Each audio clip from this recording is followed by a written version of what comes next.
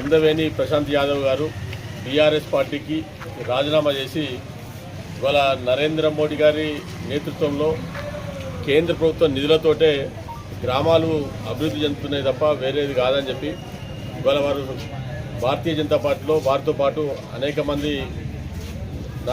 BRS పార్టీకి రాజీనామా చేసి భారతీయ జనతా పార్టీలో జాయిన్ కావడం జరిగింది. ఇప్పుడే ఇవాళ ఈ ఎన్నికలు కూడా రాబోయేటువంటి సర్పంచ్ ఎన్నికలు ఏవైతున్నాయో గ్రామ పంచాయతీ ఎన్నికలు కేవలం కేంద్రం నిధులను తీసుకోవడం కోసం మాత్రమే పెడుతున్నట్టు ఎన్నికలు. రేవంత్ రెడ్డి ప్రభుత్వం ఏదైతుందో ఎన్నికలకు ముందు 6 గ్యారంటీలు 420 హామీలు ఇచ్చి ఏ ఒక్క హామీని కూడా సక్రమంగా నెరవేర్చకుండా ప్రజలను మోసం చేసిరు. వాళ్ళకు ప్రజల వద్దకు వచ్చేటువంటి మొహం లేక ఇవాళ ఎన్నికలు ఏ రకంగా వాయిదా ఇద్దామని చెప్పి అనేక రకాలుగా ప్రయత్నం చేసిరు. తప్పని పరిస్థితుల్లో ఇవాళ గ్రామ పంచాయతీలు కూడా 40 జీతాలు కూడా ఇవ్వలేని పరిస్థితుల్లో కేంద్ర నిధుల కోసం మాత్రమే ఎన్నికలు వచ్చినాయి. కాబట్టి మేము గన్నేరువరం ప్రజలందరూ కూడా విజ్ఞప్తి చేస్తున్నాం. ఇవాళ గతంలో బీఆర్ఎస్ ప్రభుత్వ హయాంలో కానీ ఈ కాంగ్రెస్ ప్రభుత్వ 2 సంవత్సరాల హయాంలో కానీ కేవలం కేంద్రం నిధుల ద్వారానే గ్రామ పంచాయతీలు అభివృద్ధి కార్యక్రమాలు నడుస్తున్నాయి తప్ప గ్రామ పంచాయతీలు నడుస్తున్నాయి తప్ప రాష్ట్ర ప్రభుత్వం ఈ రేవంత్ రెడ్డి ప్రభుత్వం చిల్లి గబ కూడా యొక్క గ్రామ పంచాయతీకి ఇచ్చినటువంటి పాపన అవ్వలేదు.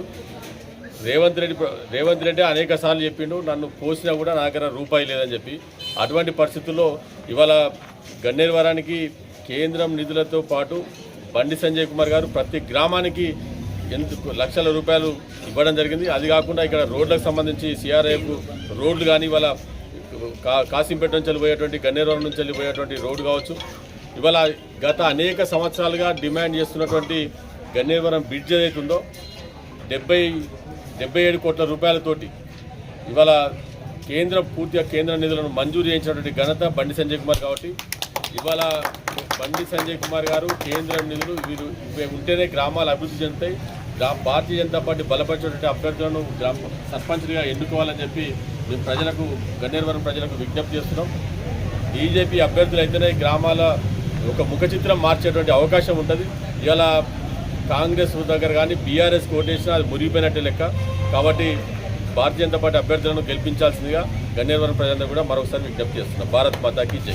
అభివృద్ధి ధ్యేయంగా ఈరోజు నేను భారతీయ జనతా పార్టీలో చేరడం జరిగింది.